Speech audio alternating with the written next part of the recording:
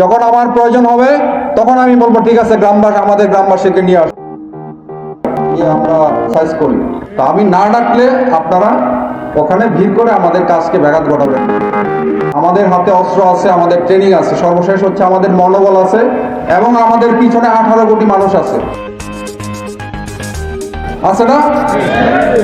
তো 18 কোটি মানুষ থাকতে আমার কি ভয় পাওয়ার কোনো কারণ আছে? তো ইনশাল্লাহ বিজিবি হচ্ছে, আপনি দেখেন আমি কি দেখাইছি আজকে, বিজিবি হবে সীমান্তের নিরাপত্তা এবং আস্থার প্রতীক। ফার্স্ট হচ্ছে আমি যখন বিজিবি আমার শূন্য লাইনে বিজিবি দাঁড়ায় থাকবে, আপনি নিশ্চিন্তে থাকেন যে বর্ডার সিকিউর, বর্ডারে নিরাপত্তা আছে।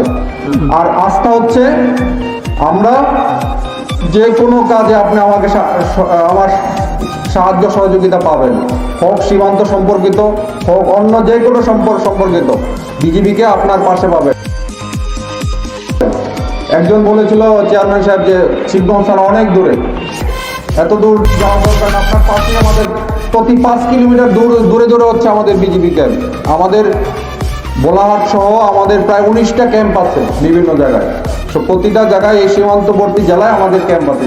সুতরাং আপনাদের যে কোনো প্রয়োজনে বিজিবিকে আপনারা সাথে পাবেন, পাশে পাবেন, আমি সেই আশ্বাস দিচ্ছি। সর্বশেষ হচ্ছে আমার পক্ষ থেকে আমি আসলে সবাইকে ধন্যবাদ দিতে চাই। আমি কখনোই গালিও দিব না, আমার কারোর প্রতি মন খারাপ নাই। আমি ধন্যবাদ দিতে চাই আমাদের এই পুলিশ প্রশাসনকে। যখন 5 তারিখ থেকে ঝামেলা শুরু হয়েছিল, এসপি মহোদয় বারবার জিজ্ঞাসা করছে যে কিবরিয়া ভাই কিছু লাগবে, কোনো সহায়তা লাগবে? আমি বললাম শুধু দোয়া করেন, ইনশাল্লাহ কোনো সমস্যা নাই। ডিসি মহোদয় ফোন দিয়েছিল কোনো সহায়তা লাগবে? আমি বললাম ঠিক আছে, আপনারা পাশে আছেন, যদি সহায়তা লাগে আমি জানাবো।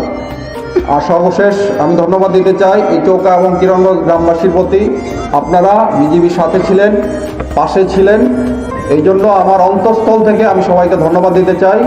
এই শুধু শিবগঞ্জবাসী না, এই পুরো বাংলাদেশের 18 কোটি মানুষ আমাদের বিজিবির সাথে ছিল।